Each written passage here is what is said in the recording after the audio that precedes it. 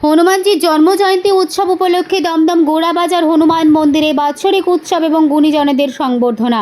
ভোর 4টে থেকে মন্দিরের সামনে ভক্তদের সমাগম। পূজা অর্চনার মাধ্যমেই অনুষ্ঠান চলে। বেলা বাড়তেই অসংখ্য ভক্তদের সম্মিলিত উদ্যোগে পথ পরিক্রমার আয়োজন করা হয়। বিভিন্ন সাজে সজ্জিত ট্যাবলো। এরপর সন্ধ্যাকালীন অনুষ্ঠানে উপস্থিত ছিলেন বিজেপির নেতা রাহুল সিনহা এবং বর্তমান দমদমের বিজেপি প্রার্থী অরিজিৎ বক্সি এবং অন্যান্য নেতা নেত্রী এবং দলের কর্মীবৃন্দ, সমর্থক, ধর্মপ্রাণ মানুষ। ধর্মীয় সঙ্গীতের মাধ্যমে অনুষ্ঠানের সমাপ্তি ঘটে।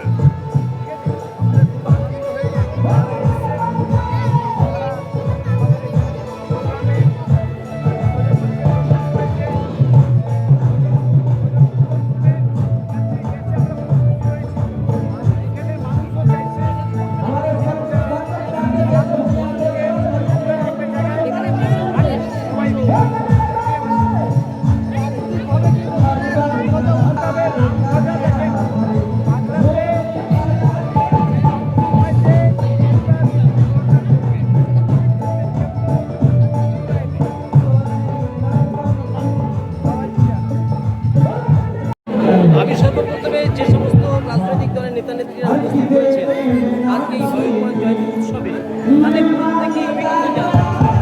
একটা উৎসব এই বাংলা সংস্কৃতির বাংলা যে বাংলায় সবাই মিলে একটা মেলবন্ধন তৈরি করছে। সেখানে সিপিএম রাজনৈতিক দলের কর্মীরা আসছে, এটা একটা সুন্দর জিনিস। আমরা চাই ভারতবর্ষের একটা হনুমান জয়ন্তী কেন্দ্র করে নয়, বাংলা যাতে সমস্ত রাজনৈতিক দল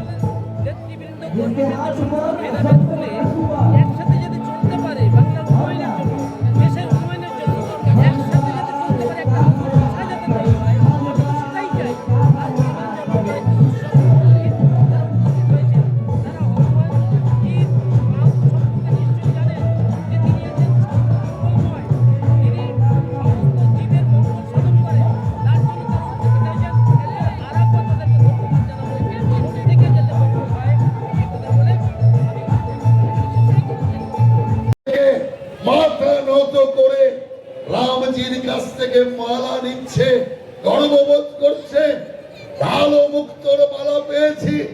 হনুমানজিও পেলেন। হনুমানজি মালা পাওয়ার পর সেই মুক্তগুলোকে ভালো করে দেখছে, দেখার পর মুক্তোর মালা টেনে ছিঁড়ে ফেললেন। সমস্ত রাজ্যসভায় রাজসভায় তা ছড়িয়ে পড়ল। জিজ্ঞাসা করলেন সবাই, আরে আপনি এত দামি মুক্তোর মালা ছিঁড়ে ফেললেন, বলে কিসের দামি? আমার কাছে এর কোনো মূল্য নেই। যেখানে রাম নাম নেই, রাম নেই, সীতা নেই, সেখানে ওই মুক্তোর আমার কাছে কোনো দাম নেই। কত বড় ভক্ত আপনি ভাবতে পারেন। তখন বিভীষণ বলল, হে হনুমানজি, হে বজরং বলি, মুক্তোর মধ্যে তুমি রাম নাম সীতা নাম খুঁজছ? তোমার যে এত বড় শরীরটা আছে, এত বড় মা সীতার নাম দেখলাম না, তাহলে মুক্ত যেমন অচল, তুমিও তো অচল, তাহলে কিসের রাম নামের কথা বলছো? হনুমানজির সঙ্গে সঙ্গে বুক চিরে দেখিয়ে দিলে যে আমার বুকের মধ্যে রাম সীতা বসবাস করছে, সীতা রাম বসবাস করছে। সেই কারণে রাম প্রাপ্তি যদি করতে হবে, হনুমানজিকে পুজতে হবে। হনুমানজি যেখানে, রামজির কৃপা সেখানে। সেই কারণে রামজির কৃপা। সঙ্গীত পরিবেশন করবে সেই ভাইদের সঙ্গীত পরিবেশনের জন্য প্রস্তুত হওয়ার আবেদন জানিয়ে আমার এই সংক্ষিপ্ত নিবেদন শেষ করছি। জয়